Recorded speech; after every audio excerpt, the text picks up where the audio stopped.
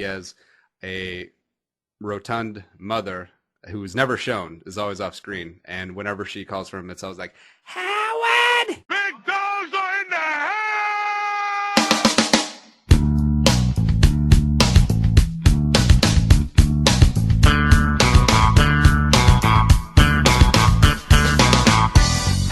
Hey! The 84 jerseys out, man. I think this is going to be a fun ride. Bye, Felicia. Inside the lane, tries left. Oh, goodbye, Parks! Oh, my goodness! Where did he come from? A behind-the-back jam by the big team.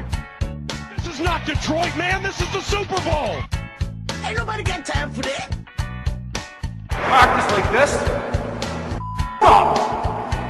We up!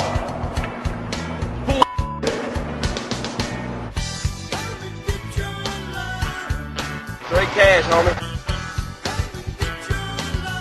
And boom goes the dynamite. Clocks you bullshit, so. Home run! Welcome back, Lou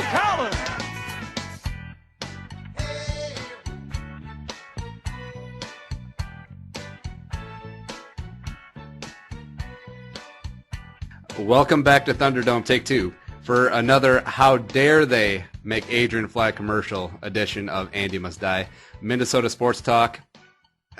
Kinda. I'm your not so humble co-host at Andy Carlson Show, a riding shotgun with my partner in crime, a woman who's just about that guaranteed money boss at Di Murphy MN. Di, how's it going?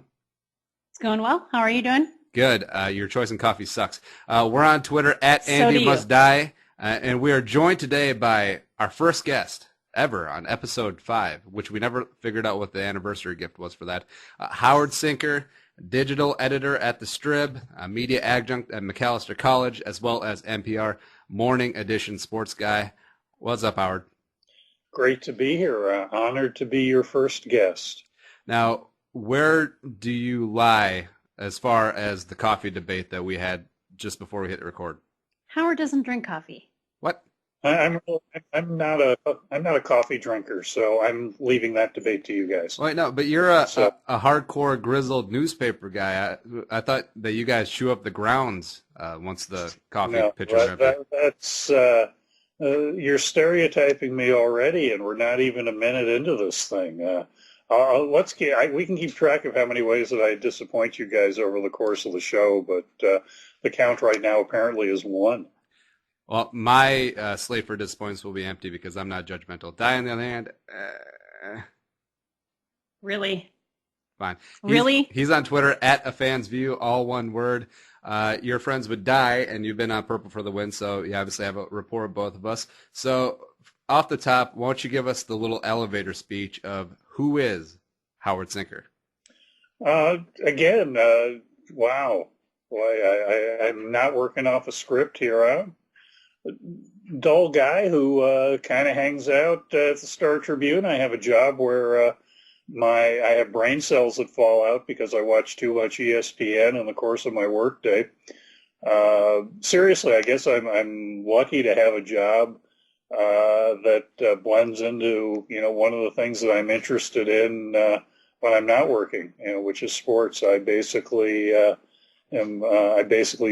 put together the web presentation for the sports web at startribune.com, and so it plays both into my like I said, both into my interest in sports and my general geekiness as a whole. Now, did it just start off as a lot of young men who think, it'd be so cool to work into sports, and then just kind of went from there? No, really wasn't. I had no real idea that I ever wanted to do this, and I knew at some point that I wanted to write and I wanted to work for a newspaper, Andy. But the job that came along happened to be in sports, and I was pretty good at it. I was a sports writer for a number of years. I covered news for about 6 or 7 years. went into editing as an assistant sports editor back before the internet mattered, and then was a news editor for about 10 years before I started doing this job. So really, my background is, as professionally, is more in news than in sports, and this just kind of happened.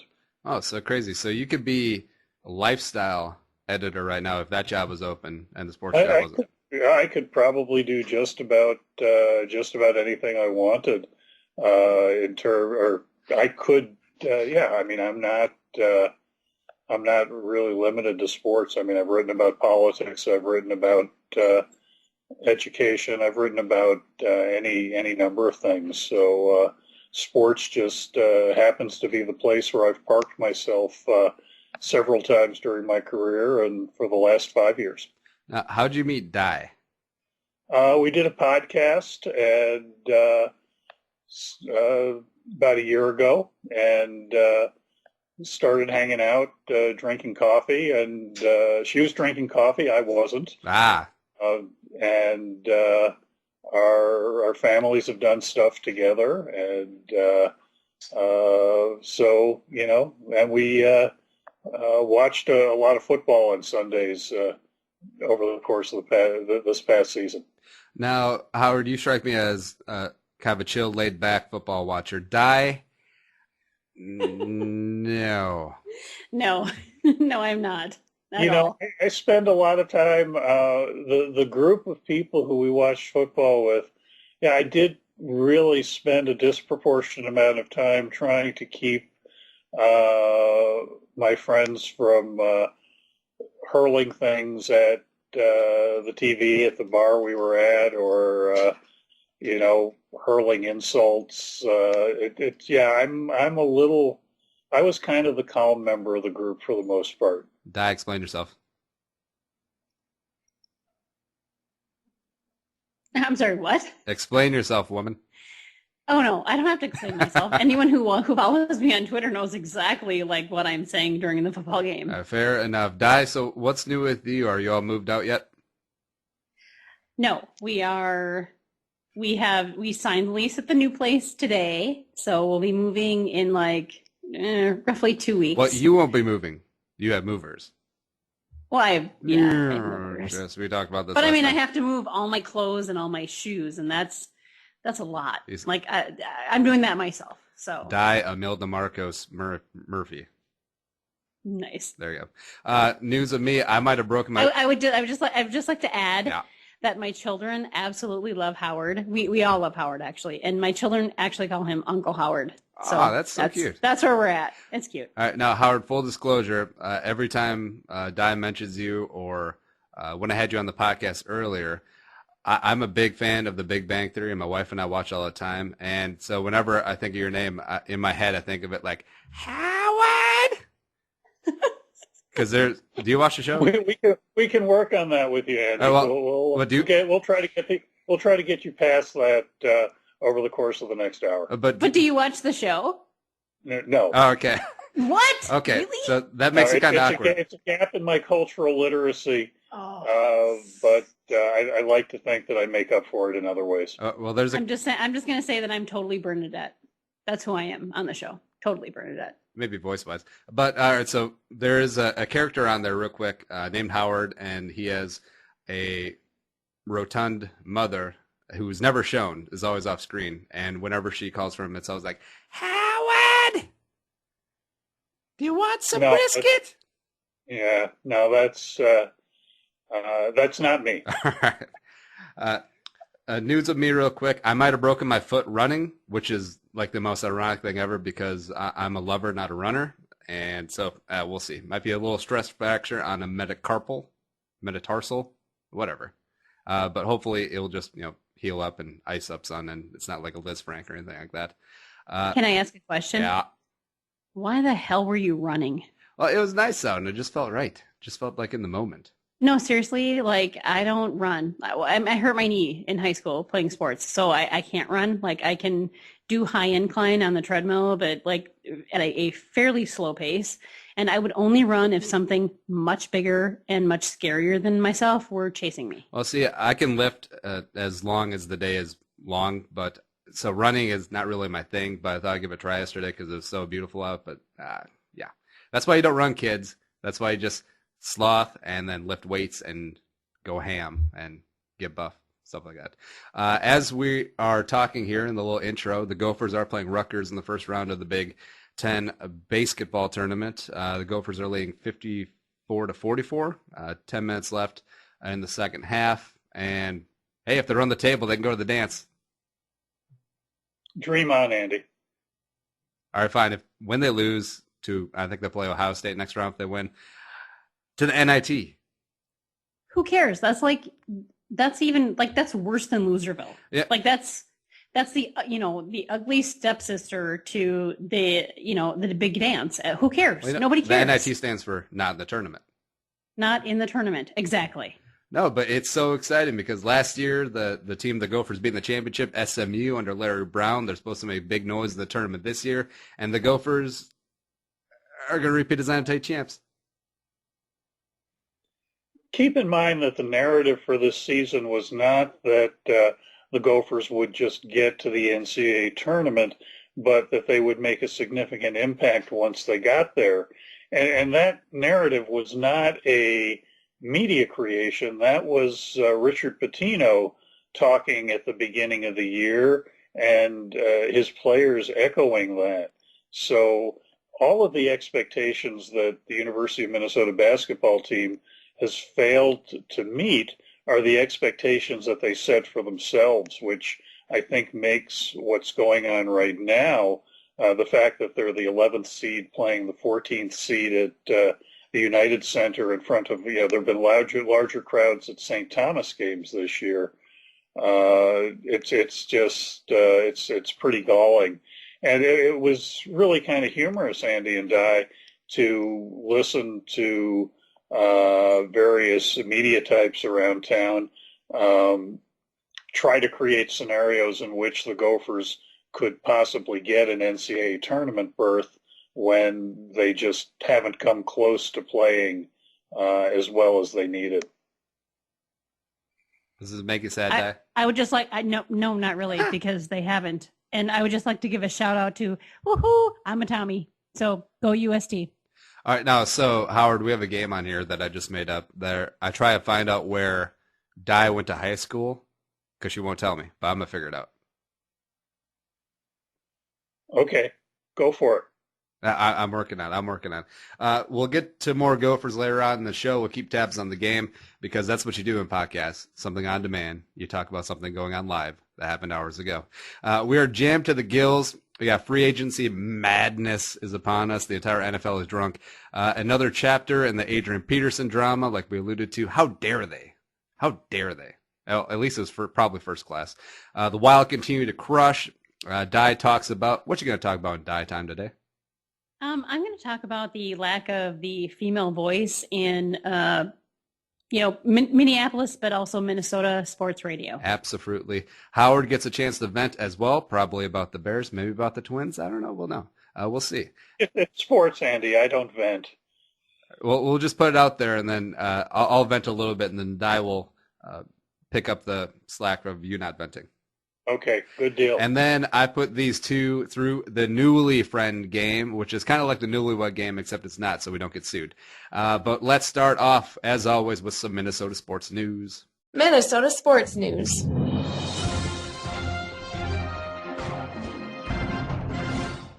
Adrian Peterson and the Adrian Peterson drama continues again, even though we're exhausted, even though it gets all the clicks. It gets all the clicks. As Peterson met with the Wilfs and Spielman in New York City on Tuesday, and his camp noted that it was kind of odd that the Wilfs didn't send the private jet. Now, we don't know quite yet who called the meeting, the Wilfs or Adrian's camp. We know it is sort of the process, that continuation of Spielman and Zimmer going down to Houston to meet Adrian, but I don't know. It happened right before the trade deadline, free agency opened on the 10th. What do you guys think happened in those conversations between Ziggy, Mark, Spielman, and Adrian? Well, I'll go first. I would like to say that I'm so freaking over this, like so over this. No. I want to ship him to Jacksonville. Like, seriously, that's where I want him to go. But when you take a look at, the Wilfs don't want him. I mean, to me, this was just all making nice and making it look good and, giving him some trade value, like adding to his trade value. I don't think they're going to keep him. I don't think there's any way he's going to play for the Vikings. And I said this from the beginning, like when this first happened, I'm like, he's done. He's never going to wear purple again, at least Vikings purple. And I still maintain that.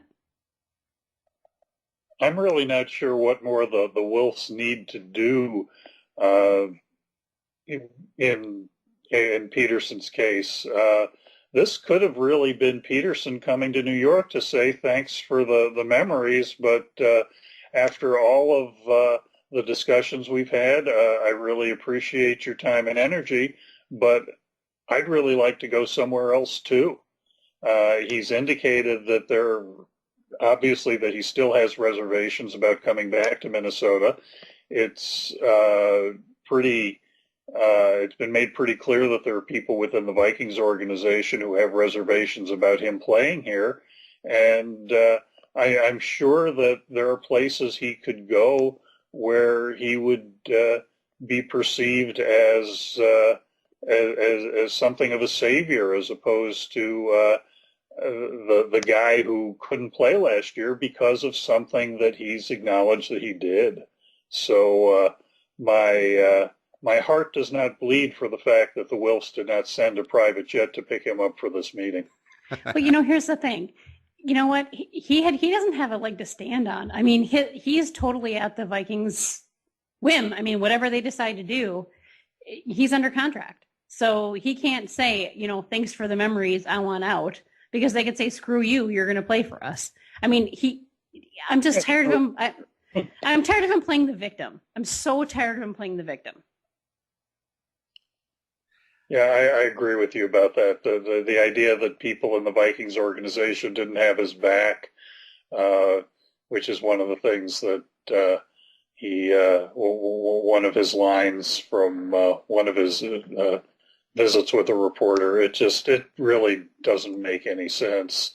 And he really has not done a good job of swaying public opinion and getting people, at least in Minnesota, to buy into this notion that he was mistreated by the Vikings. So I'm sure that's a little bit frustrating for him, that he's that when he has tried to play a victim card, that people haven't risen to his defense and say, okay, it's time to get over it. Let's bring him back. Some of the national outlets, this has been very funny, have suggested that if the Vikings truly do want Adrian back, and Adrian does have these uneasiness or still has reservations, that they should extend Peterson and give him guaranteed money, which he has none left in his contract, which no, that's no. That's like rewarding his actions. Right. Way to go for being a dumbass. Here's guaranteed money. I had somebody strip away everything that's happened with off the field. You're looking at a guy who is at a stage in his career where you have to start asking the question of how much more useful life as a running back does he have? Mm-hmm. Forget about everything else. The Vikings could have been having this discussion about his future, even if he had gained 1,100 yards this year and caught a few passes instead of being a liability out of the backfield. He'd be looking at the same situation as DeMarco Murray of the Cowboys, who I think there are so many better year than Peterson this year. There are so many rubes on Twitter that want AP back. It's like ridiculous. I mean, someone tweeted today, I want AP back, and I said I don't. I'd like to trade him to Jacksonville for their number one pick. And then they said, well, you're mean. And I said, well, really? And I didn't beat a kid and then try to claim the victim. So I'm really not that mean, So, I mean, I'm just done. Like, I feel like both sides need to just cut ties and move on. And Let's send him to Jacksonville. Well, just looking beyond what he did, which was obviously deplorable football-wise, I've never seen this with a single player where people are just hanging on to the past. His great years are definitely behind him. I think he does have 1 or 2 good years left in him, but not great. And the Vikings are going to have to deal with life without him eventually anyways. But it seems like so many of the rubes on Twitter, on the message board, in the comment sections, actually think that Adrian will outlive Teddy Bridgewater. That Teddy Bridgewater will actually retire before Adrian does, because Adrian's Paul Bunyan. Adrian's Iron Man. And those people should probably stop smoking marijuana. Whatever gets you through, just like coffee. But it's not the same. Anyways, I just want to wrap this up. I have a little joke. So the 30 for 30, which I love. I love those little documentaries. They should do one about Adrian having to fly commercial to meet the Wilfs, and they should call it Exit Row. Come on.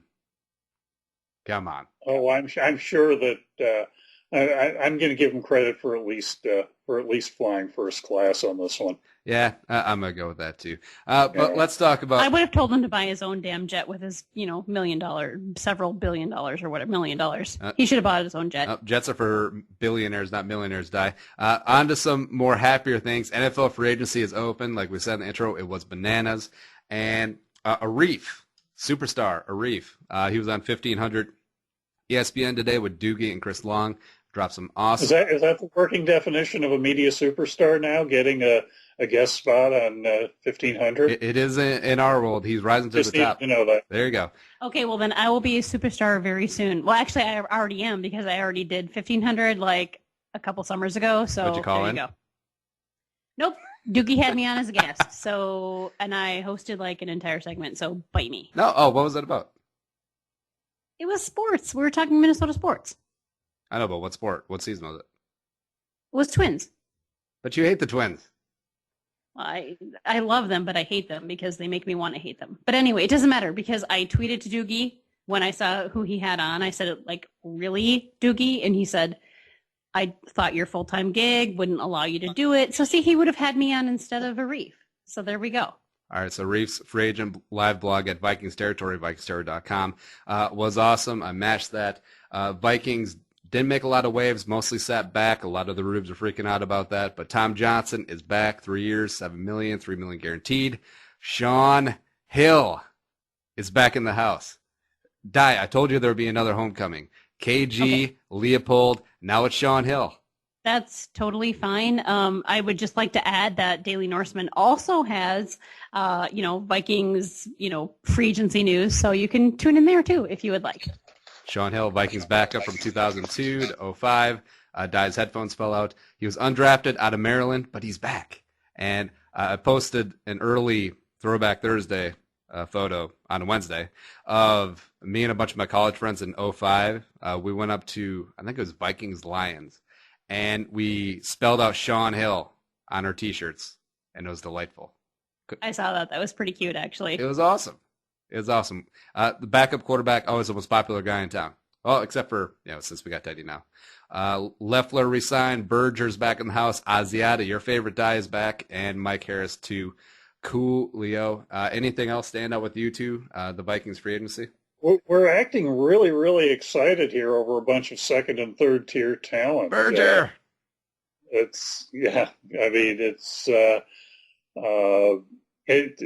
The thing that strikes me, guys, about football free agency is that there are so many moving parts to the rumor mill that never get anywhere that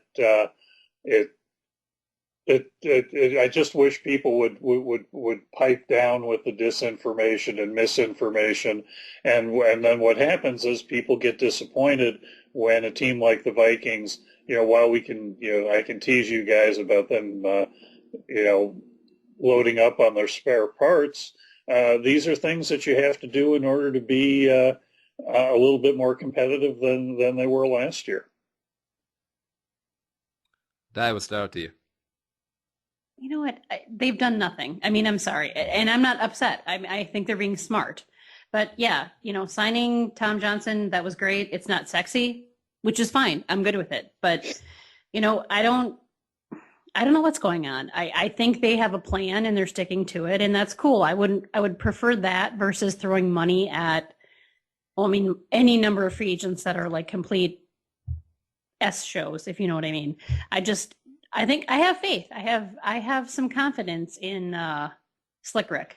Well, we seemingly missed out on 3 guys who we had some serious interest in: Ayupati, Clint Balling, another guard, and Devin McCourty, safety. But it seemed like they were priced out. Like Rick wasn't willing to write a blank check, a la Greg Jennings. And I think some Vikings fans are freaking out about that, but it's not about who wins in March. Because remember, the last 2 off seasons, Tampa has been the big winner for agency in March. And now they're cutting all those guys and they're drafting number 1 overall. So it's not that big of a deal. Yeah, do you guys want Michael Johnson now that he's available again? Kinda, if he's cheap. No. Well, how cheap? Cheap. If he's cheap, we'll take him. Remember that we're talking about spending other people's money. So when people talk about how much athletes get paid, it's really a conversation that I try to take an exit from because we're talking about play money, for most of us. But see how if you load up on a bunch of bloated veteran contracts, you have to trade Jimmy Graham like the Saints just did. Yeah. Right, and that's where when people get all bent out of shape about who makes how much or who's, like you guys are saying, the Vikings clearly have a strategy. They're not going to reveal what it is.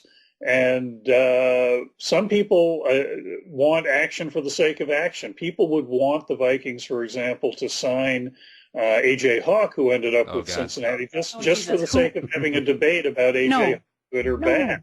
No, nobody wanted A.J. Hawk. Nobody in serious Vikings fandom wanted A.J. Hawk. Nobody. Well, right.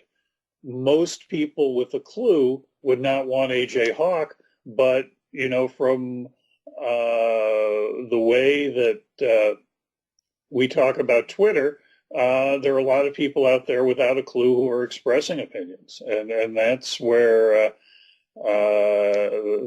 that's where we end up getting off the rails here. So no, I decided that you should have a certain IQ to qualify to be able to tweet on Twitter. Damn it, I'm out. Like there should be like a threshold. I used to get into debates about gun control, and I shelved those. I think that there should be certain prerequisites for owning a modem. And, if we had modem control in this country, maybe we would, have a little bit higher level of debate on the internet. Amen. That's my position, and I'm sticking to it. And my position on Twitter is that I've limited myself to 1 reply. Unless it's someone that I know. If I'm just engaging some random person on a personal account or on the Purple for the Win or the Andy Must Die account, just 1 reply. Otherwise, you get into the ether, and then it just turns into just a whole mess. And then they win. Like the trolls with the eggs and the 2 followers. They're like, I can get you to respond. I win. Yeah, somehow I've never really seen the excitement in, so-and-so responded to me. If I'm not, that's... I'm on Twitter to follow people who are more interesting than I am, and that's and as a way to find out stuff I might not ordinarily know, because the people I follow tend to be maybe more interesting than I am. What'd you think about the Bears moves, Howard? Again, there are so many parts. There's so many parts that remain to be seen. Today's excitement, in addition to the signing of the linebacker from McPhee from Baltimore, was the admission that they're looking at Jay Cutler as their quarterback for this year. Whether he is or isn't their quarterback may not have as much to do with their success as much as how they rebuild the team around him. And so I'm glad. I wanted to believe in Mark Trestman when he was their head coach, but it was pretty clear that he was in over his head.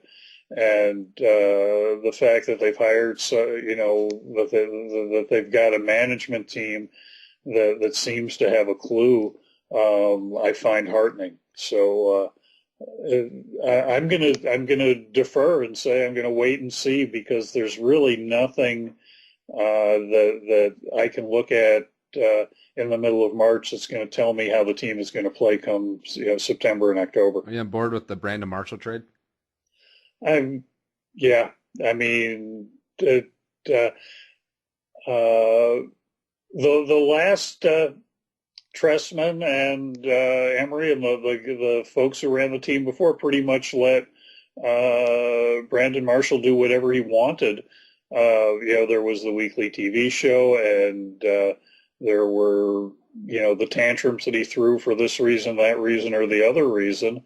And they, as talented a player as he was, that kind of gets in the way of when you're trying to build some kind of team concept.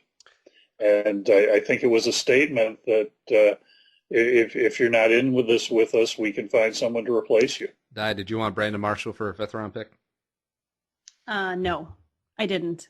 Mostly because he is a head case. But he's such a tall wide receiver in fantasy football, Yeah, no, he's to me he's kind of like a Percy Harvin. No. Like he's kind of a cancer in the locker room, and we've already been there, done that. I didn't want any part of that. Kind of a tangent. I feel like everyone is on board for the Vikings to take a wide receiver at 11 simply because of fantasy football. Because every time you bring up Scherf or Collins or a lineman, they're like, no, we take a wide receiver now. I'd be okay with Scherf. Offensive linemen are important. We saw that last year. And the Bears have seen that the last 10 years. Right, Howard? Exactly. If you don't have offensive linemen, you don't have a passing game that gets you anywhere. But you can't draft an offensive lineman on your fantasy team unless you have a really in-depth fantasy league. You really, you have to separate your Vikings fandom from your fantasy football team if you want to have any chance of both of them being successful. And I'm always, let me ask you guys a question.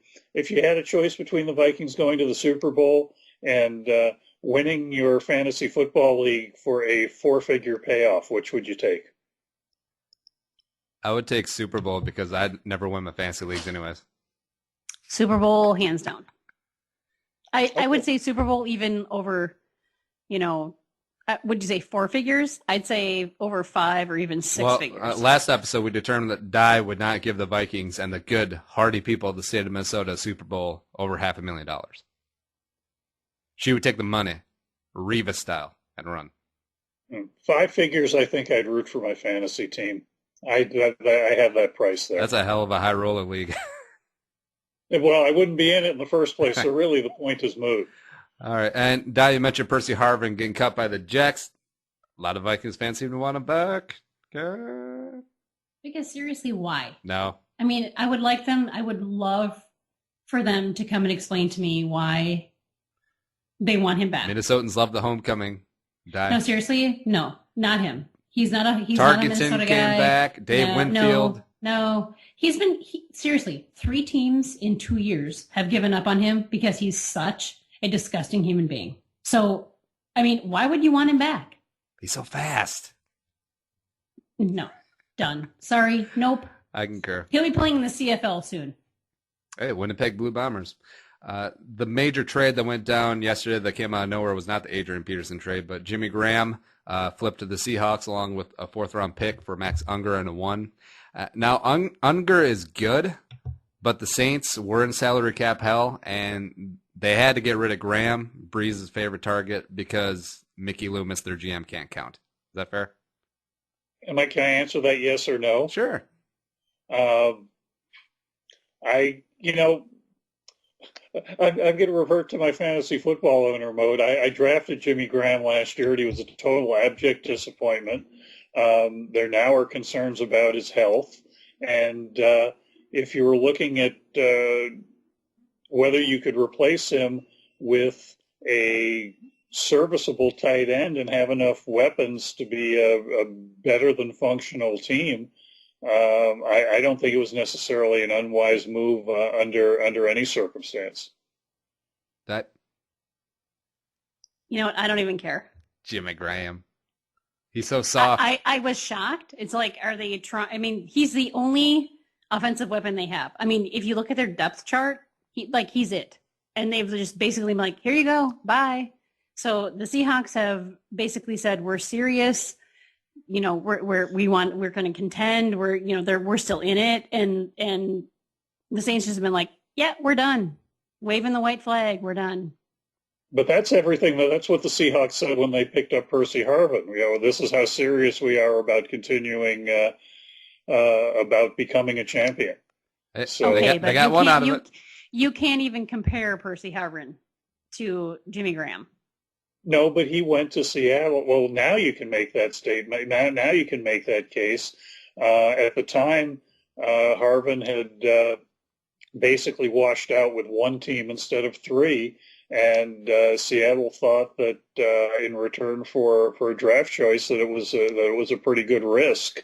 When I think people here might not have known better, but definitely suspected that this is a guy who's not going to be particularly coachable under most any circumstance. Well, and I mean, there were so many Vikings fans that were so pissed when they let him go and when they traded. I'm like, no, really.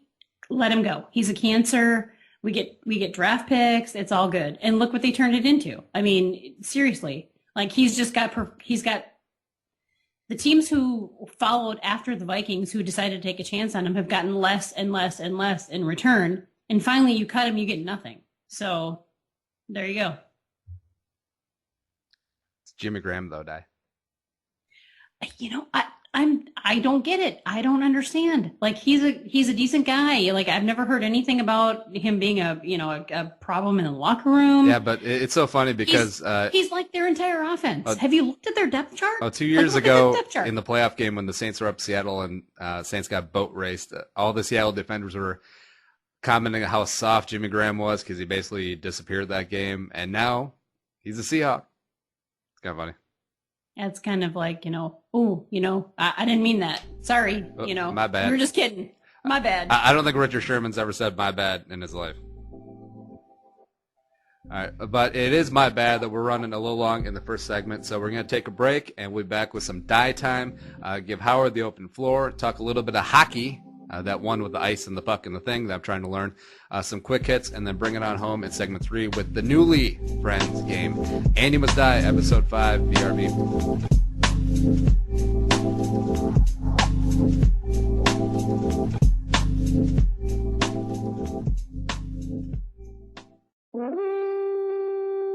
The Purple for the Win podcast is your one-stop shop for the team you hate that you love. That's right, dedicated to the pain and pleasure that is the Minnesota Vikings. You can find us on iTunes, Stitcher, YouTube for our weekly and bi-weekly mediocrity. And, of course, there's always purpleftw.com. Because, aside from nipple clamps and chains and whips, cheering for the Purple People Eaters is probably the most pleasurable pain you can experience on this planet. So come on in. For the mediocre analysis and the more mediocre humor, purpleftw.com. That's right, purpleftw.com. Straight cash, homie.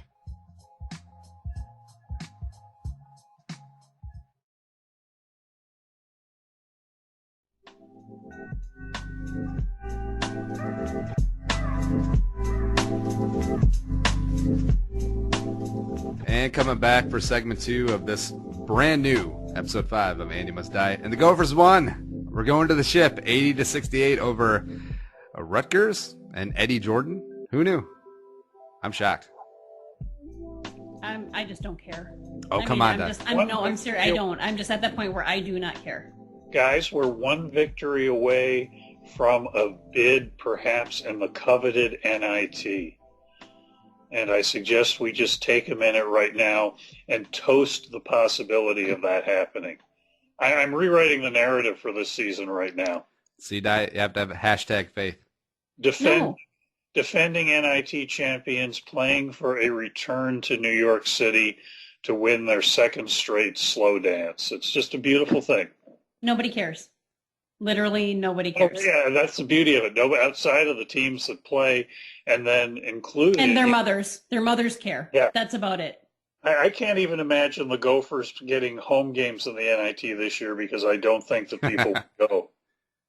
So they could end up, going on the road to, who knows, Simpson College or the University of Hopelessness or something like that. So.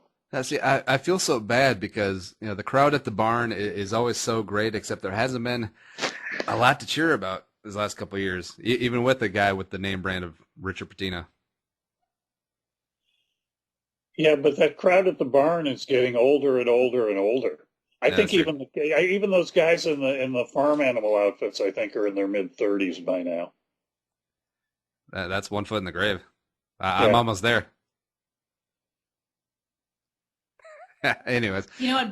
Both of us think you suck for saying that. So there you go. Oh, please! I'm the one with the broken foot from running, so don't tell me about getting old. All right, so let's get into a little die time. Die time. You know you want it. And Die, as always, segment 2, leading off. You have the floor. And what are we talking about today, Die? We are talking about the horrific injustice that is not having any female voices in local sports talk radio. Preach. Well, there's none. I mean, none. We have the Fox Sports North girls on FSN, and they don't know jack, or if they do, nobody cares. Nobody asks them. They're they have a first name, and they wear their tight little T-shirts, and they show up at events and whatever. I don't know. The last woman that I recall having any impact on local sports was Michelle Tafoya. And that's been, I don't know, several years since she has moved on. And by the way, I did interview her and she is fantastic. So for me, it just pisses me off because, roughly, if you're going to average mostly, 45 to 50% of all sports fans are female, yet there's no representation. And if you listen to a certain station in the morning that starts with a K and ends with an N, it's like one giant frat party, and they bring on some they had Cheryl Reeve on. I mean, she's coach of the Lynx, she's awesome. There's no woman who is responsible for delivering sports content in the local radio realm or whatever. So I think that's just BS. Howard, what do you think? Well, let me ask you guys a question. How much sports talk do y'all listen to? Well, before, the 4-letter word that starts with a K and ends with an N became a complete shit show, I used to listen a lot. I listen too much. Okay. I don't think there's a correlation between being a sports fan and necessarily listening to sports talk. I listen to it, professionally in the morning. I listen to Mike and Mike on ESPN. I listen to the radio feed, and really, that's about it. I'm just not sure that, and yeah, it's wrong. I agree with you that it's wrong, Guy, that there are no women doing sports talk, but at the same time, that's like saying, gee, there are no women digging ditches, or there are no women selling used cars, or there are no women in any kind of other profession or vocation that you might turn your nose up at. I mean, sports talk radio is basically taking, having 10, I was visiting with a friend of mine tonight who basically describes sports talk radio as having 10 minutes of material and trying to extend it into 3 or 4 hours of programming. So if you're not going to be represented, that's an area not to be represented in. But I guess the thing that would frustrate me is the idea that someone like Marnie Gellner, who does play-by-play for the Lynx, is kind of pigeonholed into that job while being sort of restricted to sideline duties with the other pro sports teams in town. And why doesn't she get an opportunity as a game analyst as part of sort of the rotating crew that Fox Sports has for its Wolves or for its Wild or for its Twins telecasts? To me, that's the bigger issue. People who clearly, people who have credentials not getting the opportunity to do something significant, as opposed to sports talk radio, where I think if it all disappeared tomorrow, we really wouldn't be that much worse off as a culture. Now, I was thinking of women nationally who have their own show. And I was drawn to blank, except I came up with Amy Lawrence, who used to do nights at ESPN, and now she does overnights. I think it's for CBS Sports. And that's really a shame. That was the only female I could think, because I listen to way too much. And she's doing overnights. And I listen to way too much sports talk radio. Yeah, and she is overnights and kind of second and third tier national sports talk radio. Yeah, and that's well, and Howard has a very valid point when he brings up the fact that you know what, Marnie Gellner is a damn good. She's damn good at what she does. And why is she not sitting next to Jim Pete instead of Dave or whatever? I mean, why does she get relegated to? I mean, granted, she gets the Lynx, which, I mean, in this town, I'm sorry, but they win and I think they're fantastic. But as far as sports go, they're like third tier for local sports, professional sports. And so why is that? And why, and I think of Jamie Hirsch, who is on Fox, and she, she does, stuff, in between periods and whatnot, for the Wild. It's like, but why? Why are there no women in a prominent position in sports in the Twin Cities? Do you think that women aren't pushing for those jobs, or do you think it's just that since it's a kind of a boys' club and that's the way it's always been, sort of feeling? Howard, you want to take that? I think there's a bias toward former athletes for those jobs, which I don't think is synonymous with being able to provide wisdom and expertise. It would be a risk, and it's clearly a risk that the programming folks are not willing to take for one reason or another. And I think what's a little bit more frustrating is when someone like Marnie or someone like Jamie Hirsch gets asked to do or gets told to do sort of the off-site hosting things, where what they're doing has more in common with the Fox Sports girls than going in the other direction and giving them the opportunity to do something that's more like what an analyst or a play-by-play person does. That's where what I look at that gets, when Marnie is doing stuff in a bar, because it's watch the Wild at this night bar, that's the kind of stuff where I can't tell someone to just say no to an assignment, but I wish they would. And not saying that this is right, and we were talking about this earlier about having a certain IQ level for a Twitter account, but do you think that networks, radio stations, TV stations are afraid to put a strong female in a position like a play-by-play, color commentary, because the average knuckle-dragging sports fan would not accept that and would turn it off? I don't think the average sports fan is a knuckle-dragger. I think the average sports fan wants intelligent discussion of what's going on with the games they're watching, and too often that doesn't happen. Mm-hmm.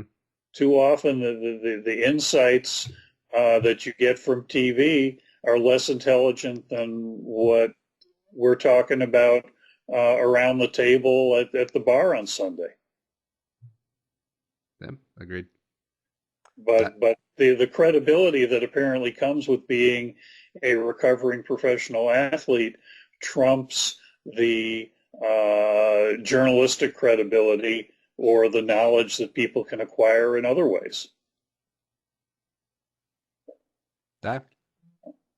I mean, he's absolutely correct. I mean, if you think about, I think a lot of the people who are responsible for doing programming for Fox or whether it be radio or whatever, I think they don't give enough credit to their audience. I mean, I really feel like in many ways, especially, because we're talking about men, because we're talking about old boys club or whatever. I mean, I think that men would respect a strong female voice if they were given one, but they're not. They're given Fox Sports North girls. They're given, they give Marnie a bit part here, and they give Jamie a bit part here, and so they don't have that. And I think if that existed, I think they would embrace that, but that's not what the stations are putting out there. Keep in mind also, though, that the sideline reporting jobs are probably the most difficult job in game production in terms of being asked to provide maximum impact in a minimum amount of time and conveying that you really know what you're talking about. And that's an area, for example, with the ESPN or ABC with Doris Burke, the NBA sideline reporter.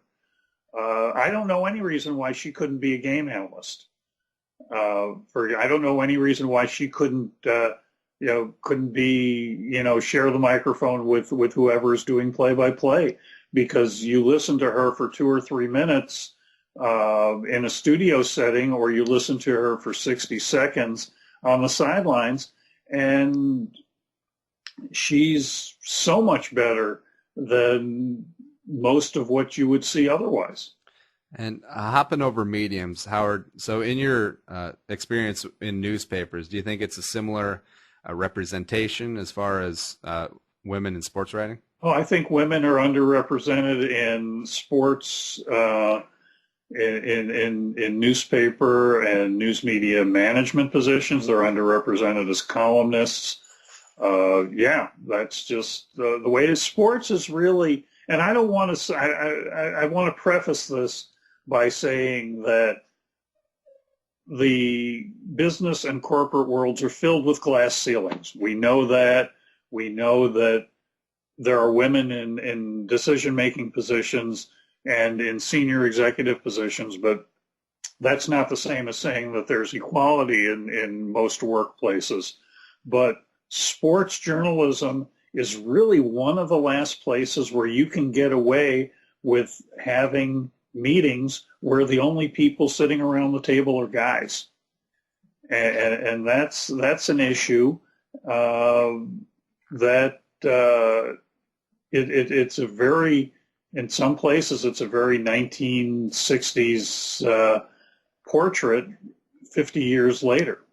That's like Mad Men.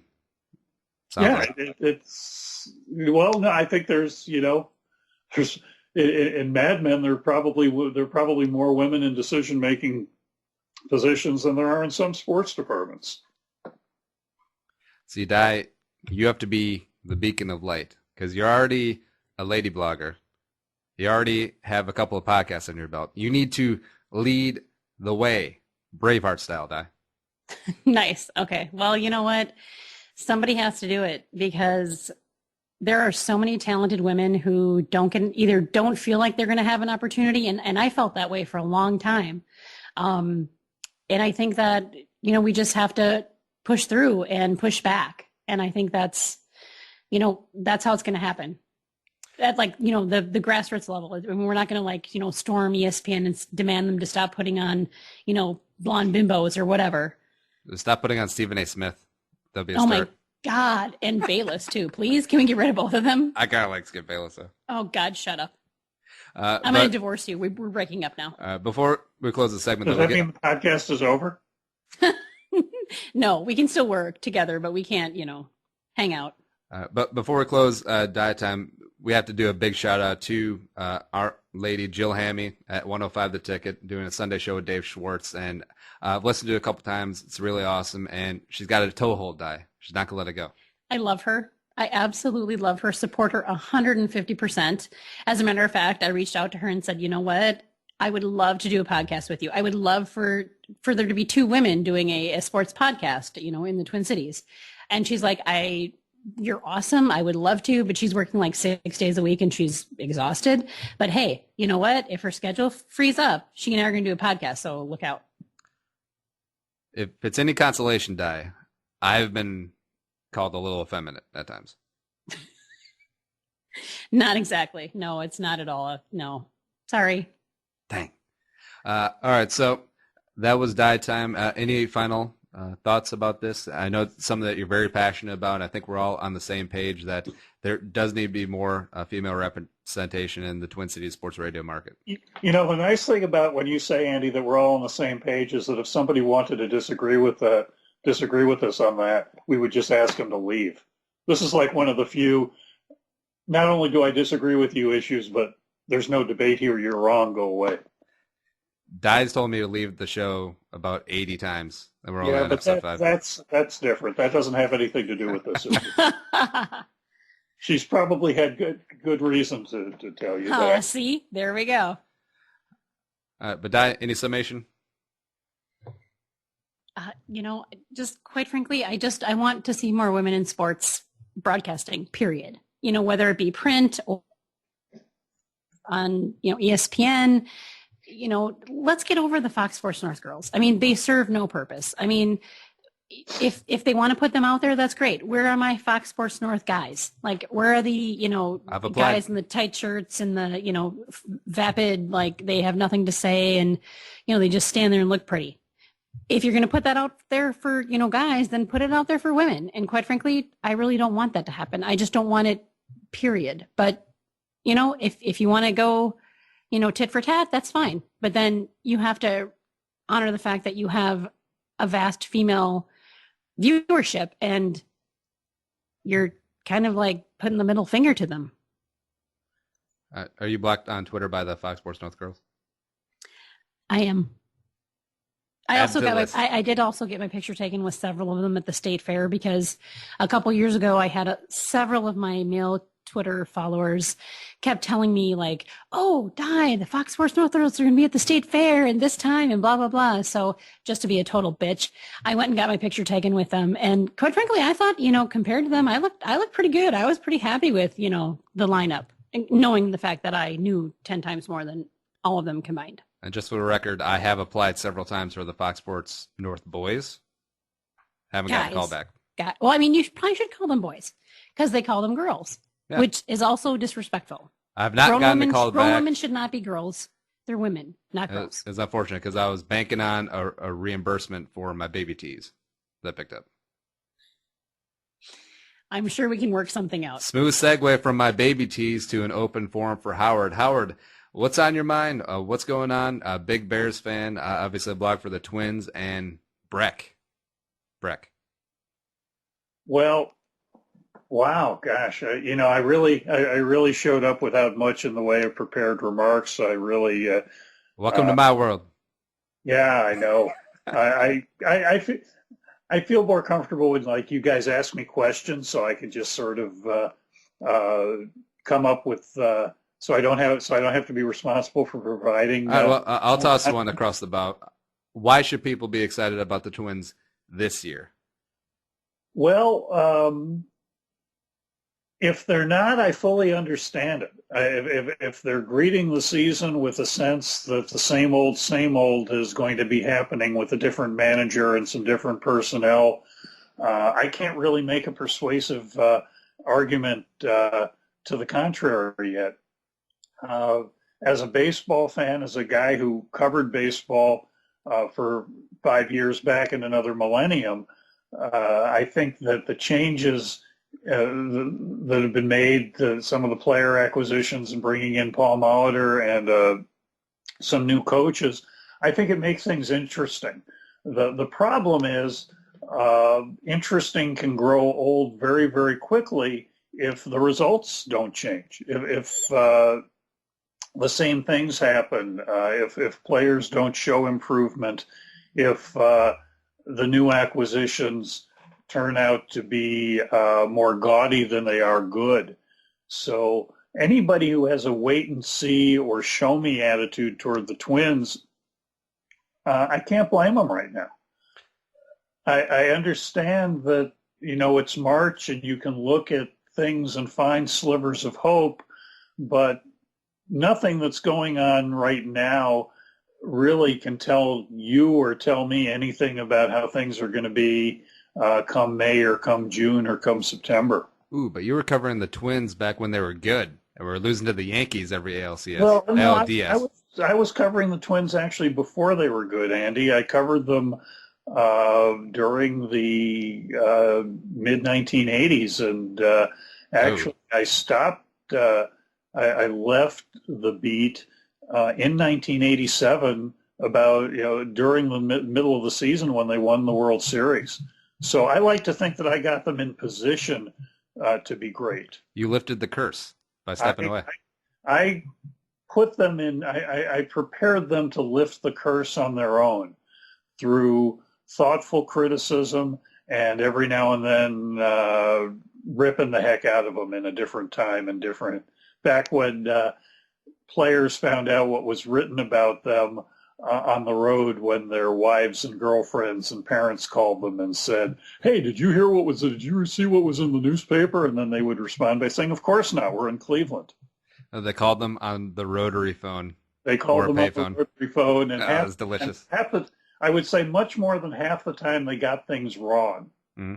So a player would say, "Hey, I hear you wrote this, this, and this," and I would have to say, "No, I really wrote that, and that." Oh, no, it's funny. So it always comes back to Twitter because I feel like that's exactly what happens on there. It's like a game of telephone.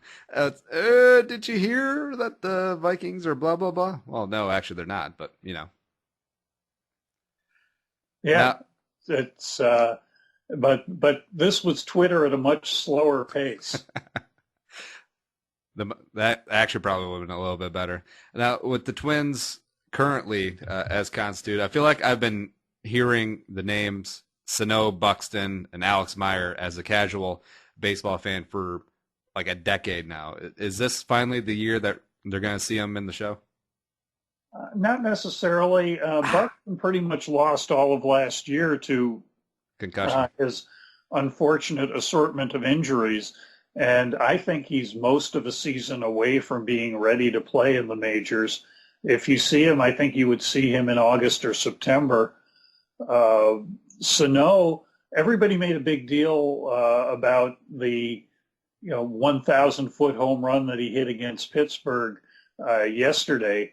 But what went largely unnoticed was that the Twins also had him playing in a B squad game before the real exhibition game, and he batted twice and he struck out twice on breaking pitches.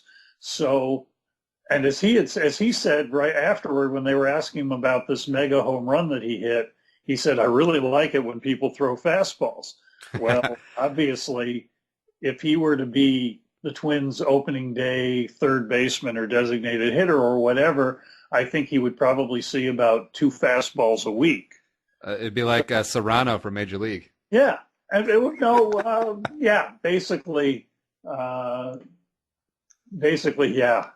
But but another year, another half year or whatever, playing at a top minor league level will probably get him or should get him in better position to be not only a serviceable major league player, but a really good major leaguer. One of the things that I've heard people say is, "Oh, why don't you just bring all the young players up now and let them play?" Baseball is much more of a developmental game than football or basketball.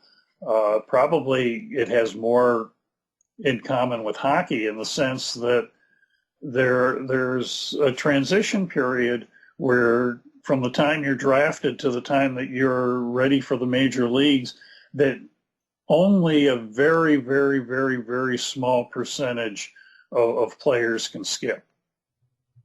And when I say very, very, very small percentage, I'm talking about less than 1 in 100.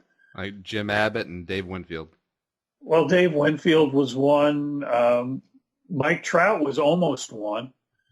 But that's just so much the exception. You know, someone like Ken Herbeck, who came up to the major leagues from Class A baseball. That's the 1 in 1,000. And if you bring up 6 guys who aren't really ready to play Major League Baseball, the odds are that all 6 of them are going to fail. That sound you heard in the background was Di swooning when Howard brought up Kent Herbeck. Maybe. So you should get excited, Di. There's another player who had a concussion issue, and then a guy who can't hit a curveball. Yeah, I'm excited. Actually, you know what? I will say that once baseball was on TV, I will say I got a little excited. It's like, it feels like it's spring. It feels like that, it's the start of summer. But, and Target Field's a great place to see a game, especially in the Legends Club where they have awesome nachos.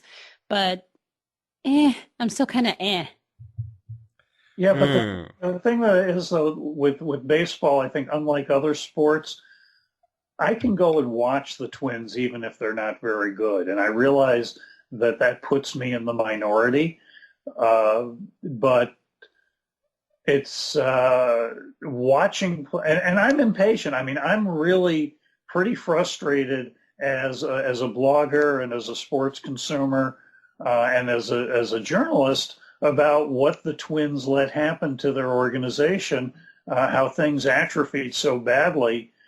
Because people were asleep at the personnel switch for several years. There was really no reason for what we can call the troubles of 2011 to at least 2014. There was no reason for this to happen. And there was a lot of bluster at first in 2011 about the perfect storm of injuries that hit the team, which now is kind of a 4-year tsunami of various injuries, but decisions needed to be made that weren't made.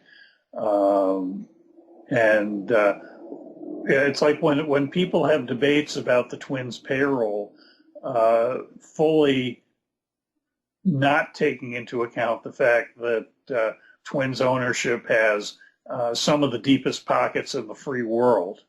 It's people are rightfully frustrated and rightfully angry, and one of the few upsides is, you can sit in the Legends Club on some days for $25 if you wait to buy your tickets at the right time, and the nachos and the dessert tray are pretty good. Di dropping the Legends Club. Well, Howard and I have gone to games at the Legends Club and had the fabulous nachos and the dessert bar, and so there you go. Speaking of fabulous nachos and dessert bar, people from Breck can afford a lot of that. Breck or Howard, what happened to Breck? Well, it was kind of a bad week. Now you're sort of asking, for the Lake Wobegon report here, where. Not only did the hockey team manage to get eliminated by St. Cloud Apollo in the first round of the hockey tournament, losing in overtime, losing 1-0, keeping us up way too late on a weekday night. But then 2 nights later, the basketball team went to the section finals, 1 game away from the state tournament. Playing a team that they had beaten by 18 points earlier in the year and managed to lose by about 20. So it was a bad week, but regardless of what people think about some private schools, athletics is kind of, one of my kids went to Breck, so that's my connection to the school. And just about the last thing that we thought of in terms of, are we going to send a kid to private school, is how are the sports teams?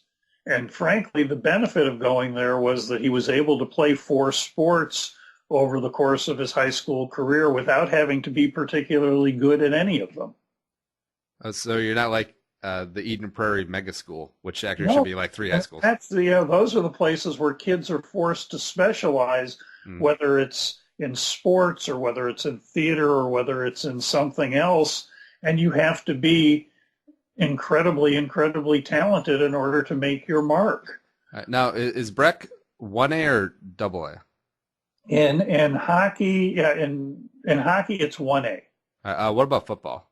Football, it is, I think, there are, 6 classes? Or no, there's 7 classes now from 6A through 9-man. I think they were in 3A this year. All right, because back in the day, I'm pretty sure that there were 2A, because I have a funny story from high school. So they were playing Lewiston Altura in a playoff game, and I went to Rushford Peterson, so kind of know that sphere. And Breck beat Lewiston Altura in Lewiston. And apparently some of the Lewiston kids, after the Breck people, apparently they quasi-stormed the field. And so they just went in and stole all of the Breck people's seat cushions, which I don't condone theft, but that's kind of funny. Seat cushions among the Breck fan base are very, very replaceable. Yeah, as long as it wasn't we have them in abundance. It wasn't like jewels or tiaras or whatever you wear to play a football game, anything like that. And I'm kind of at a loss here because I would imagine that the Breck fans storming the field in Southern, a game that they had to travel 2 hours to get to. I'm thinking that might have been about 15 fans. It's very possible. Plus, Lewiston Altura's football field, I think it had like 2 bleachers maybe. Mm-hmm. Yep. But no big deal. The Rushford Peterson Fighting Trojans are still alive in the state basketball tournament. No biggie. Are you a Rushford Peterson alum? I am, and played. So you were like 5% of the graduating class when you graduated, right? And 100% of the minorities, yes. That's how I roll. No, you, Andy Carlson. That was funny. I'm sorry. That just was. See, it's so funny, too, because in small towns like that, if you're male and you can walk, you're on the football team. And so I wasn't blessed with athletic skills like Harris and Smith, but I was on those football teams right when they started their 3 state championships in 5 years run. I was on the first one. So it was pretty cool playing the Dome. Yeah, I would say that the scariest part of my youngster's high school experience was when he took up pole vaulting senior year. and that's the one thing that I watched him do that made me wish I smoked cigarettes. Or chewed like a good grizzled newspaper man. Near-death experience waiting to happen. It's almost like they should be wearing 2 helmets. Yeah. It's not anything that I recommend for people who want to remain calm while their child is competing. All right, and you brought up the high school hockey tournament, and I wanted to bring this up because that went down the past week, and I'm just starting to learn about hockey, but apparently this is a huge deal. This is like a gigantic celebration at the X. It is. It's a fun event. I haven't gone to it for a few years. But yeah, it's really one of those things that and this is what I notice around our office and talking to people around town here, people take an interest in the tournament in a way that I think casual football fans take an interest in the Super Bowl. Everybody has an opinion about Edina, good or bad. I should say everybody has an opinion about Edina, bad or very bad. People have favorite teams. It's just it's something that people pay attention to for that 4-day period when they probably wouldn't pay any attention to high school hockey at any other time during the year. It's such a Minnesota thing. Big deal to you, Di? No, mostly because the high school that I went to, which I'm not going to name and you're still trying to figure out, sucked at hockey. So I pretty much hate the high school hockey tournament because it's always the same damn teams in it. And I'm so sick of Edina. And now it's like Lakeville North and it's like, Eden Prairie and Wayzata and just bleh. See, and you don't have any time or interest. You don't have any time for the state high school hockey tournament, but you just name the entire field. which is just, and I can rule all those off of my guessing list now. It's pervasive. Right. And I mean, like, some people are like, oh, Duluth East. Okay, they're like the Edina of the North. So still, I don't even care that I root for the underdog. Like, give me like, I don't know, some little tiny school. Stop it. No. Yeah. Because I have a private school bias, Howard. You know that. Iron Range High School Technical Institute. There we go. They have one line. Now, how many classes are there in hockey currently? 2. 2? Do you think there needs to be more? No. No, that just makes it messy. No, it's because remember that as popular as the hockey tournament is, Andy, most schools in the state don't have hockey teams. Yeah, I agree. I've explained this to Di because I never really caught into hockey because there's growing up in Rushford, I think the only hockey team near us were probably the Rochester schools. And the Rochester schools used to be state powers, but now with Lakeville didn't exist once upon a time, and now there are 2 Lakevilles, and they're going to outcompete Rochester or any of the other southern Minnesota schools. So Rochester has kind of been relegated to sort of second tier Class 2A status. All right, and we're running a little long, but we're got a ton of good stuff. But I just wanted to hit on real quick. The Wild are jetting towards the playoffs, and Di, I know you want to vent on our favorite punching bag, Patrick Roy. Yes, I do, because I hate him. He's such a huge. Why are you calling out Russo? Oh my God, because he's a dumbass. I mean, I'm sorry. It's like Russo didn't say anything that wasn't the truth. I mean, how do you go after a local writer when you don't even read anything he writes other than what someone's probably told you he said? I mean, it was the dumbest thing ever. Wait. Now, no one ever takes a beat writer's words out of context, right, Howard?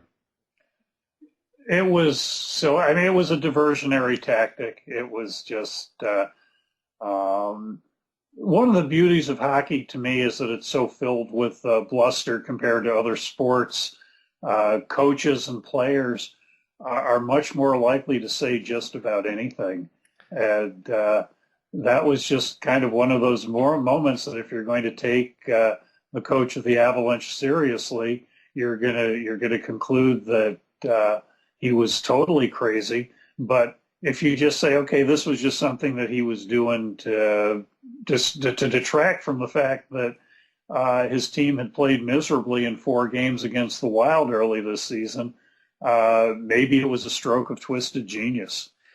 Now, hockey just seems like pro wrestling at times to me, because especially that fake fight a minute in between, was it McLeod and Stewart, where it was so fake. Like you could even see him saying at the end, "Are we done? Is this over? It's over now? Fine." Well, if you listen to Wes Walls after the game, he basically went after, was it McLeod? Was that who I believe so, yes. Okay. Cody McLeod. Basically saying, you know what, he shouldn't have gone after, was it Stewart? I think it was Stewart, right? Yeah. He shouldn't have gone after him. Like Stewart's been on the ice for, 45 seconds or like he's been like 2/3 of the way through a shift. And there's some sort of code apparently, among hockey players that you don't go after a guy, like when you're fresh off the bench, you don't go after a guy that's been on the ice for almost an entire shift. And so Walls was like calling out McLeod, basically saying that was complete BS and he shouldn't have done that. But like, I didn't realize there was a code. I mean, hockey has unwritten rules too, just like baseball. Man, it can't be like football. There's only one. It's unwritten rules, but they're written in French, so we don't really understand them. Oh, there you go. Only the Canadians can understand. See, in football, there's only one unwritten rule: just don't go low, unless you're on the line. Then you can go low all the time. Other than that, now the Wild are currently in the first wild card position, have 15 games left, 9 versus the current Western Conference playoff teams. And if the season ended today, as everyone loves to do, they'll be matched up against the Anaheim Ducks, which they play Friday at the X. Good times. Speaking of birds, Di wanted to talk Eagles because Chip Kelly's drunk. Proceed. Well, I mean, what were you thinking? I mean, I seriously, I was watching this thinking, he's either on drugs or he's not taking his meds or something. Like there's something wrong there. I mean, I mean, you trade Foles for Bradford in a deal that gives the Rams 2 draft picks. Like, I mean, I know the injury to Bradford last year was a kind of a freak thing, but so you got a guy that's coming back from was it ACL or MCL? One or the other. So he's coming back from that, and you trade for him. You give them Foles and then 2 draft picks. Also, they signed Mark Sanchez again. So Sanchez. It's like, really, he should lay off the reefer. Well, it's so weird because he runs off to Deshaun Jackson last offseason. It's kind of understandable because he's kind of the Percy mode, kind of one-dimensional, talented, but a pain in the rear end, the locker room. But then you trade LaShawn McCoy, which understandable, was going to make a lot of money, getting long in the tooth. We kind of had that situation here with Adrian. Get back Kiko Alonso, Oregon guy. I think I'd be a solid linebacker. Doesn't resign Macklin. And everyone and their mother thinks that he's going to make a big move in the draft and go get Marcus Mariota. But then he trades Foles, who is decent. And then they trade him and a number 2 for Sam Bradford, who is Glass Charlie, who is always injured, who has never lived up to the potential. And now what's the plan? Got nothing. See, this is going to be so funny that he made all these moves and then he'll leave for a college job next offseason. Right. I'm sorry I imploded your team, but I'm out of here. He'll take the Miami job. All right, and our friend in Dominican Sue got 6 years, $114 million, $60 guaranteed from the Dolphins. What do we think? Well, I can't wait for him to stomp on Tom Brady's nuts. How dare you? Tom Brady's a saint. Well, he's a Patriot, but you know what I mean. Howard, what do you think? out of the division, good for the long-term health of Teddy Bridgewater and Jay Cutler.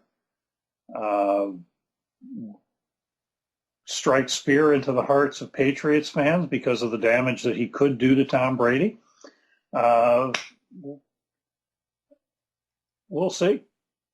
I'm really surprised that we were talking about Jimmy Graham earlier and whatever calculations might have gone astray in terms of forcing his trade.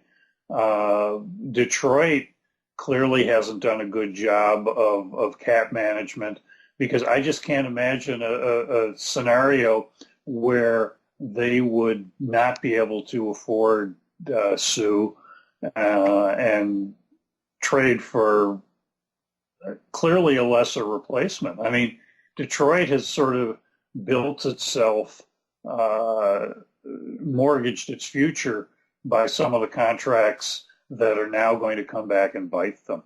So if you're a fan of one of the other three teams in the NFC North, that's a good thing. If you're a Lions fan, you're realizing that the people who are supposed to be smart enough to manage the payroll may have made a mistake or two along the way.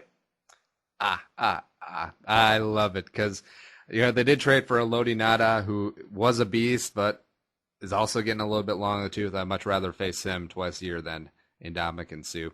Last up this segment, it's Selection Sunday.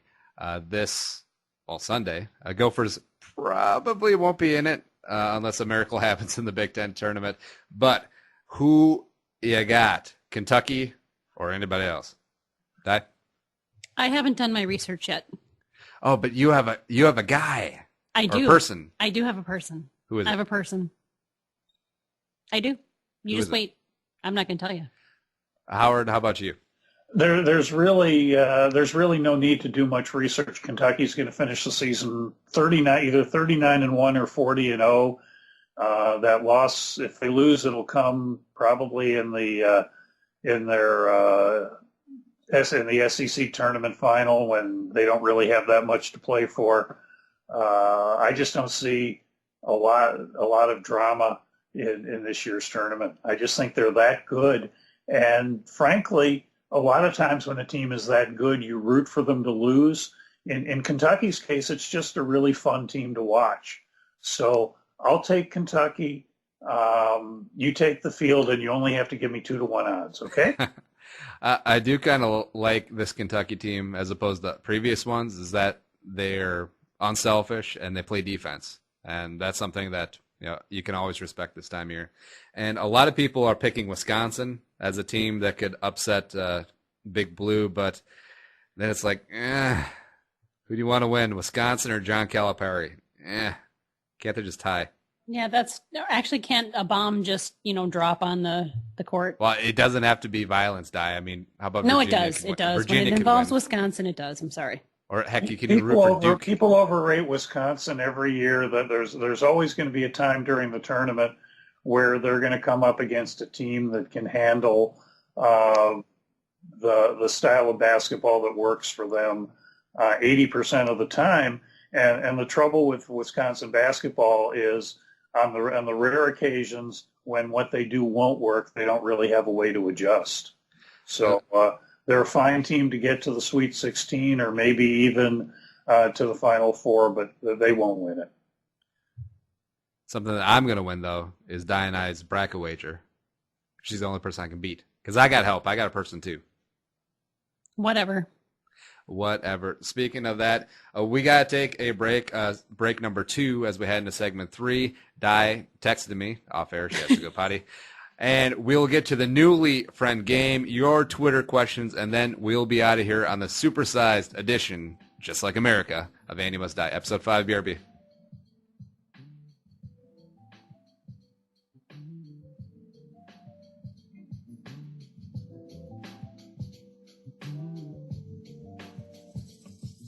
Hello? For daily conversations with the players, coaches, and contributors that make this game great. Regulators, mount up. We're coming. Football Convos. Visit footballconvos.com or visit us at iTunes.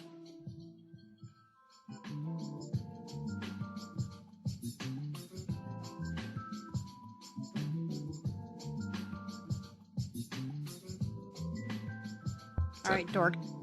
Jesus. And I'm leaving that in as we come back for segment 3 and the newly friends game. I'm excited about this because you know why? I told Di this off the air. I'm destined to be the Pat Sajak of radio / podcast / audio / talking to homeless people, game show hosts. Like I'll just go in an alleyway and then just start up a game. Like guess the weight or what's in the can. You know what I mean? Just to use that voice. You can relate, right?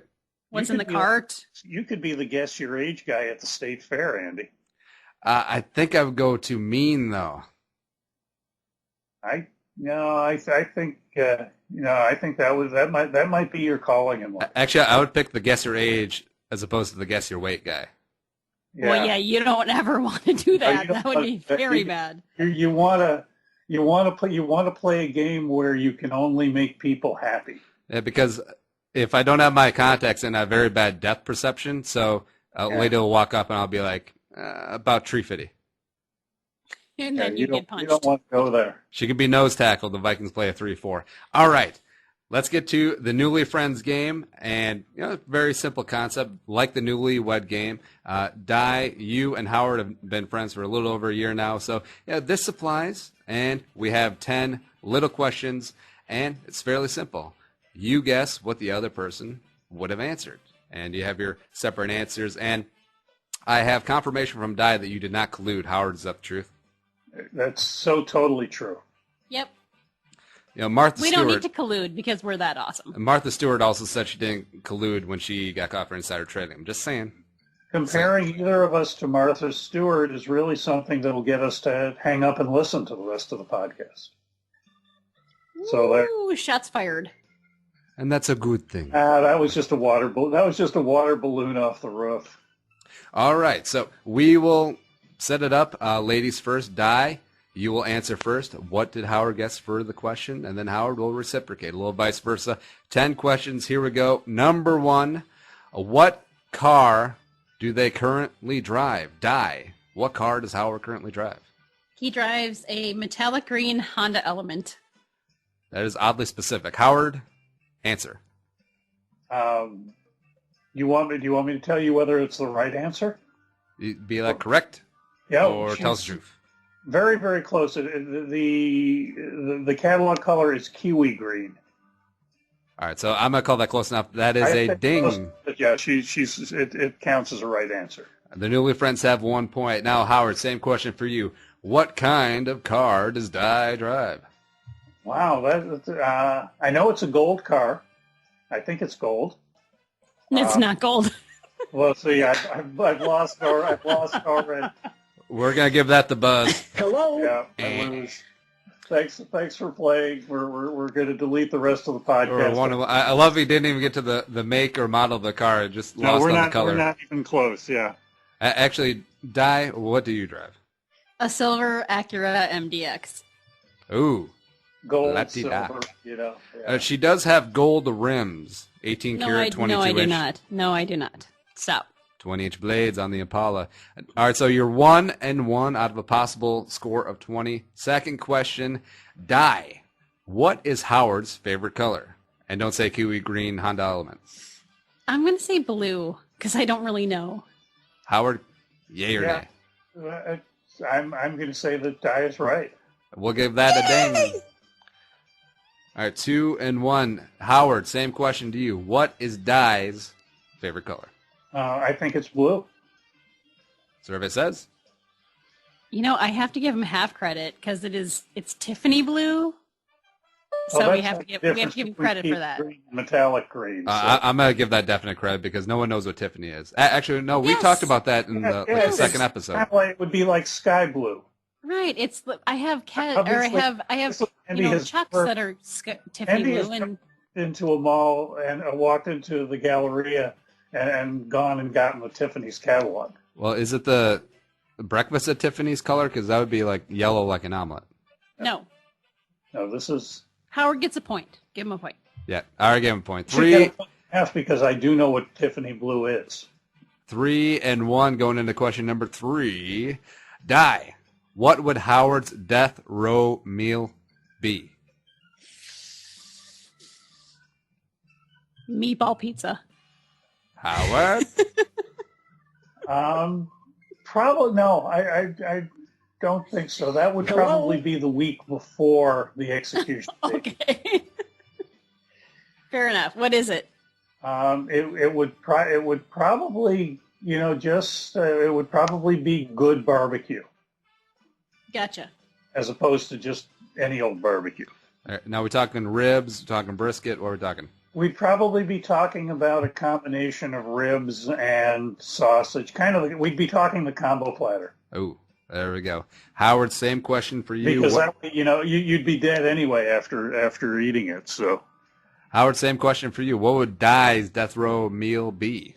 Wow, Di's death row meal would probably be a meal that she could finish. I would bet on pot stickers.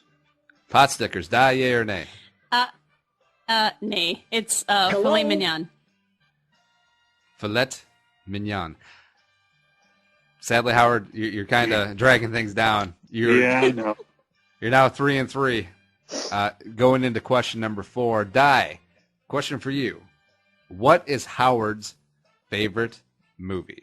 And this, I had literally no idea. Like, none. So I'm going to guess Field of Dreams. No, because he loves baseball. My favorite movie is one that you've actively disparaged. It's Fargo. Hello? Oh, no. We can't be best friends anymore. I'm just kidding. I hate that movie. I hated that movie. You do, and it's such a good movie that all the excitement over the TV show was really disappointing because there was no way that you could turn Fargo into anything that could sustain itself. I mean, as nice as some of the moments in the TV show were, it just didn't work compared to... I love the TV show because I thought Billy Bob Thornton was creepy and he deserved the Emmy that he got. Well, I hate everything because, you know what? We don't actually sound like that. Oh, speak for yourself. When I listen to the feedback, I sound like central casting from Fargo. Okay, maybe you do, but I do not. So there you go. Don't Jeno. Howard, same question for you at a 3-4 score. What is Dai's favorite 3 movie? to 4. 3. I must have stolen some points there. He got No. 1. No, He's gotten 1 right answer. This is a total. Yeah. This is a total I score. got extra credit for my Tiffany Blue knowledge. You guys are a Apparently. team. You guys are a team. If I don't, this one will only be worth half a point, and I'll lose. I don't know the answer. I'm going to guess Love Actually. Dai? Oh, God. You know what? And I love that movie. But for me, I said it was a tie between Remember the Titans and Bull Durham. That's quite a hodgepodge. Yeah. Hello? I'm kind of, a unique kind of woman. Unique. We'll go with that. All right. There's many adjectives that can describe Dai. Unique is one of them. There you go. All right. So I was initially scoring you guys as a team, but since you have seceded from the South and seceded from the North, Howard, you have 1 point. Dai, you have 2 out of a possible of 4. So that was easy peasy. I'm good at math. That's why I'm a salary capologist. Question number 5. Dai, you have the lead. How many children does Howard have? That wasn't on the list. That's on the list. No, it's not. The next question is drink of choice. Oh, I could have swore it's on the list. No. All right, it's on the list.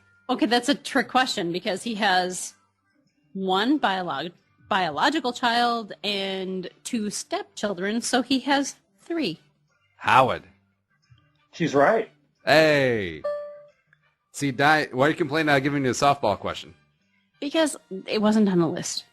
Howard, how many kin does Dai possess? 2. Dai? That's correct, and they call him Uncle Howard. I Because they could've love him. Wasn't Murphy the third one? No. No. Oh. Dogs don't count. Nope. Ah. All right, so same lead. Dai still up by 1, 3-2. Question number 6. Now, drink of choice. Dai, what is Howard's drink of choice? Unsweetened iced tea or a not too sweet cider. Howard. Well done. Did you get 2 points because you nailed both of them there? Nope, only 1. Sorry, Dai. Apparently not, according to Andy. Okay, guys. I was trying to make up the rules as we went along there. Hey, no, that's cool. my job. I understand that. Yeah. Howard, what is Dai's drink of choice? Let's see. A craft beer that is dark enough that you can't see through it, or in the non-alcohol division, a Diet Coke. Dai? He wins. Now, He wins points. I was going to guess a white wine spritzer. Really? No. Seriously. Stop. Stout white wine spritzer. All right, so Dai, you maintain your lead of 4-3. Howard, you're keeping it close. That's what I like to see. Next one up, if Howard had to choose one Minnesota sports team to follow only, which one would it be, Dai?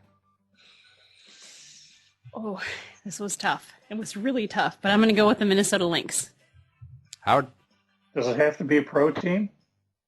Ooh. Well, you didn't say, so I think we should say it has to be a pro team. Okay. Okay, if it has to be a pro team, yeah, I'll say that's it. I was kind of hoping you would, peel away the layers of the onion and land at the McAllister football team, but you know what? Yeah, give Dai the point for that one. How did the McAllister football team end up this year? Midwest Conference champions, a 9-2 record, first postseason playoff berth. Thank you very much. Boom. All right, Howard, same question for St. Thomas winning any football titles this year, just saying. You gonna take that, Dai? Shots fired. All right, Howard, same question for you. Dai had to choose one professional Minnesota sports team. Which one would it be? Well, that's really ridiculously easy. I'm sure it would be the Vikings. Dai? He's correct. Ow. I thought you were going to go Swarm.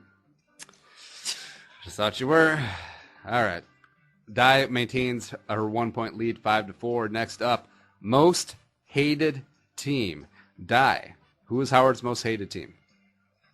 Okay, but we're talking professional team because that's Right, kind of yeah. what I assumed. So Yeah. We're beyond trick questions phase here. okay, I said the Packers. Howard? Yeah, I would say that too. Correct. As the Bears fan, who knew? Common enemy. An enemy of my enemy is still my enemy. It happens, though. Howard, same question for you or Die? Same answer for me, too, the Packers. Die? Because I've watched Die watch the Packers, and it's just not a pretty thing. He's correct. Oh, keeping it close. Except, man, Die. We could have had AJ Hawk. Shut up. 2 questions remaining. Die's leading 6-5. Die, what is Howard's favorite restaurant? Oh, that's tough because, I have 2. I'm not sure which one to go with.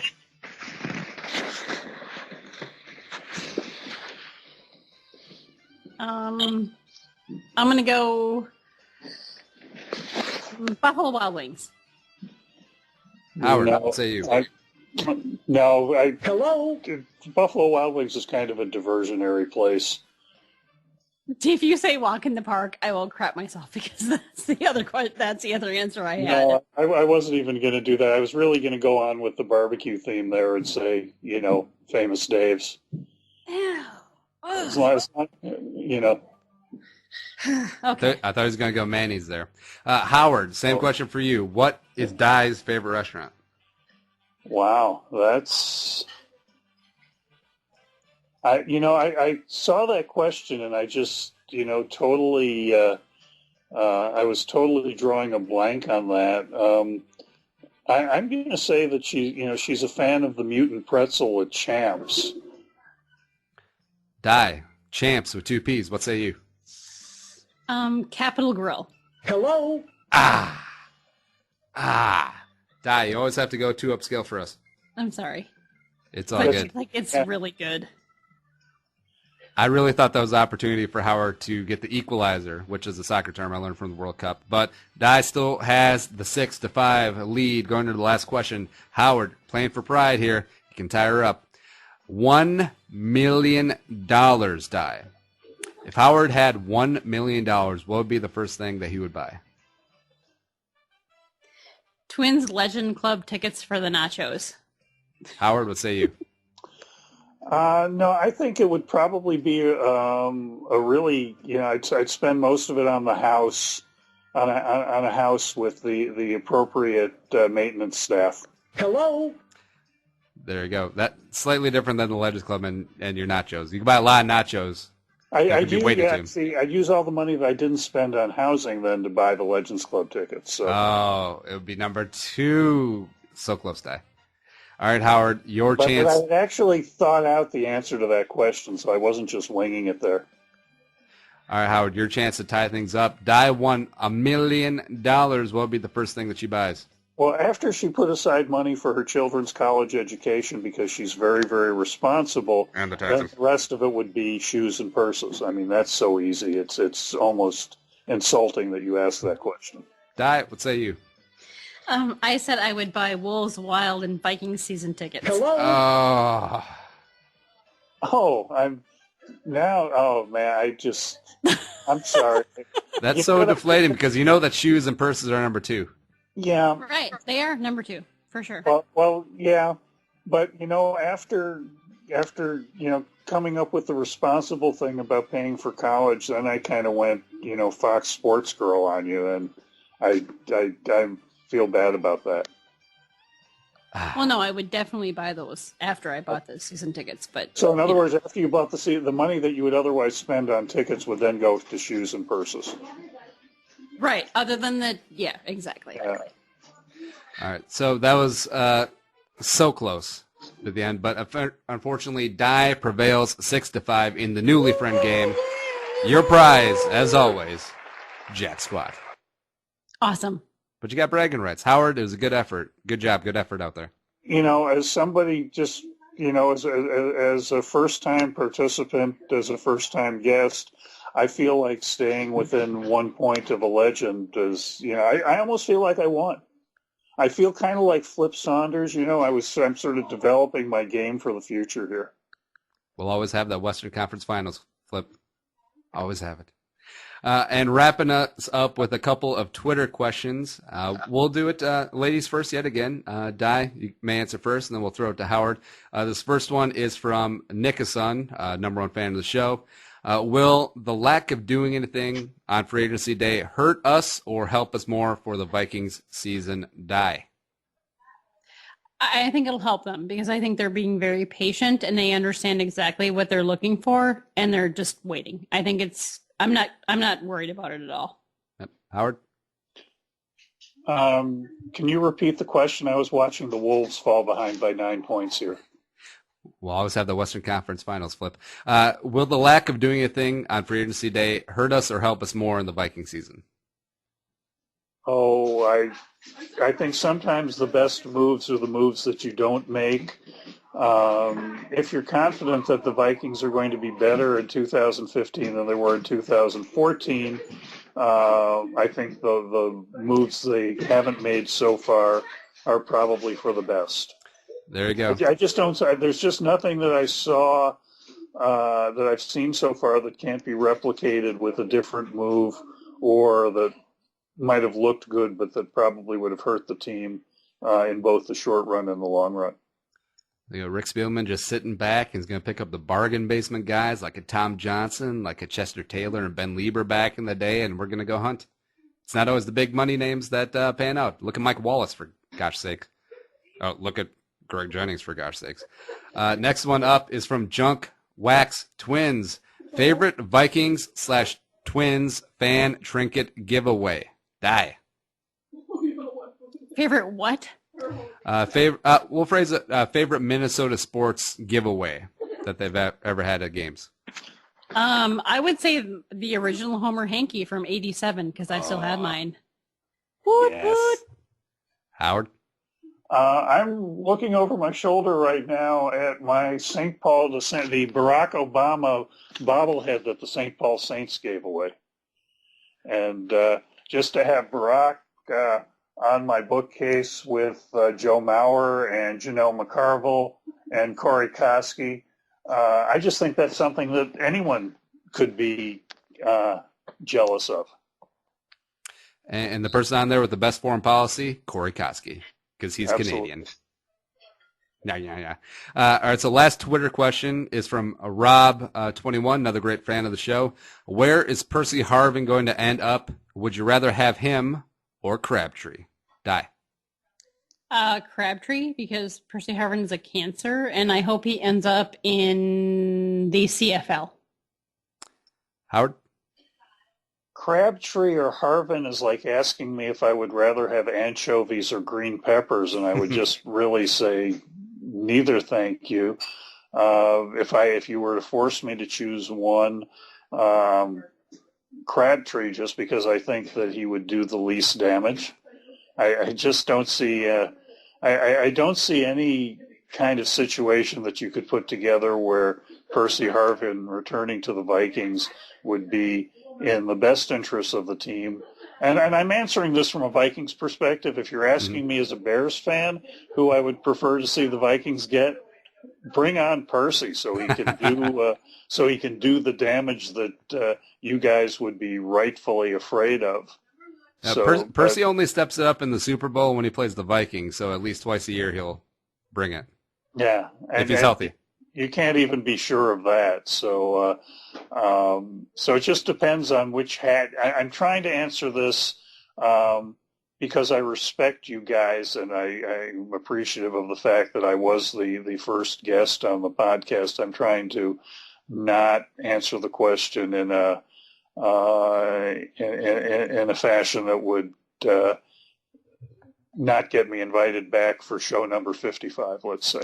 No, I think I would prefer Crabtree, even though I don't think we need him. I think our 5 wide receivers are fine.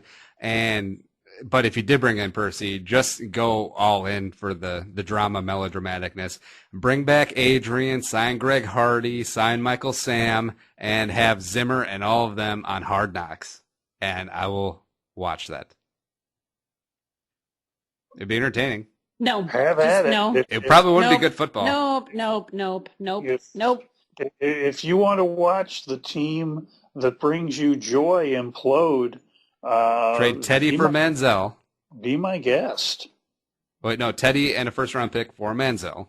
Shut the front door. And also I skipped over my favorite. Also, I'm going to drive to Rochester and kick your ass for saying that. Seriously.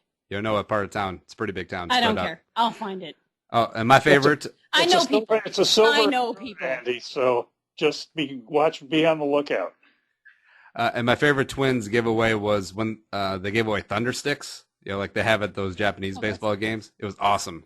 No, it's stupid. No, it was back in the dome, and it was like Mr. Baseball. No, it was dumb. Fine. And that's it. Or GTFO. It's just a handkerchief. You can make it to a pocket square. You can blow your nose. No. It's a ripoff of the terrible towel? No. Fine. Oh, hell no. They did that before the terrible towel. Are you crazy? Terrible towel was like in the 70s. Shut up. No. All right. Anything exciting from you guys coming up, Di? When's your Adrian Peterson piece coming out? Oh, it's just not Adrian Peterson, but I'll have a piece coming out on the Daily Norseman in about a day and a half. The people are dying to hear from you. Well, and they can also follow the Daily Norseman for the, trade, TED Talks. Well, I mean, seriously, like, you should follow, you're right, TED Talks. Like, anything that Ted Glover writes, you should follow, because he's freaking hilarious. And read the comment sections. I don't. That's probably a good policy. Howard, how about yourself and the Strib? Baseball season's coming up. Selection Sunday is coming up. This is really our goofy, busy time of the year, just based on the stuff that we normally do. Plus, we are moving out of Star Tribune World Headquarters in 2.5 weeks and relocating into a fancy downtown office building, and where I can wave at passersby from the 12th floor. Now, there used to be a Target building. No, this is that might be too soon. No, we're moving into the Capella Tower. Oh, nice. Very, very fancy. Yeah, we're going to have like furniture that matches and new nameplates and all kinds of cool stuff. Now, are they going to hook you up with the corner office that's all glass? No, I'm not a corner office kind of guy. I'm an of the people guy. Yeah, you're a bullpen all the way. I think that I've done nothing else in the last 2 hours. I've tried to enhance my of the people credentials, and I would ruin it all if I would talk about a corner office and glass walls and all that fun stuff. All right, Howard. Well, thank you so much for coming on and being our first guest on our 5th show, which we still don't know the anniversary of, but that's fine. How'd you think it went?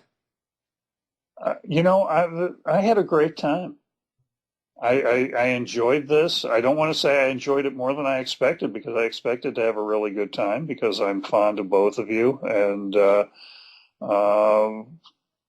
gosh, the honor, I really didn't deserve this honor, but I accept it with however much humility I can muster.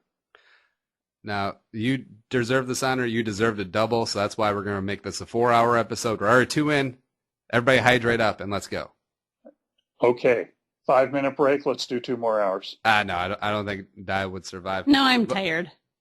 I'm tired. I'm tired. But Howard, sincere thank you for coming on our first show. But we are out of here. Follow us on Twitter at Andy Must Die, all one word, and it's D-I, not D-I-E, the verb. Subscribe and rate us on iTunes, YouTube, Stitcher, all that place where our faces are plastered all over the place. Our very good-looking avatars, by the way.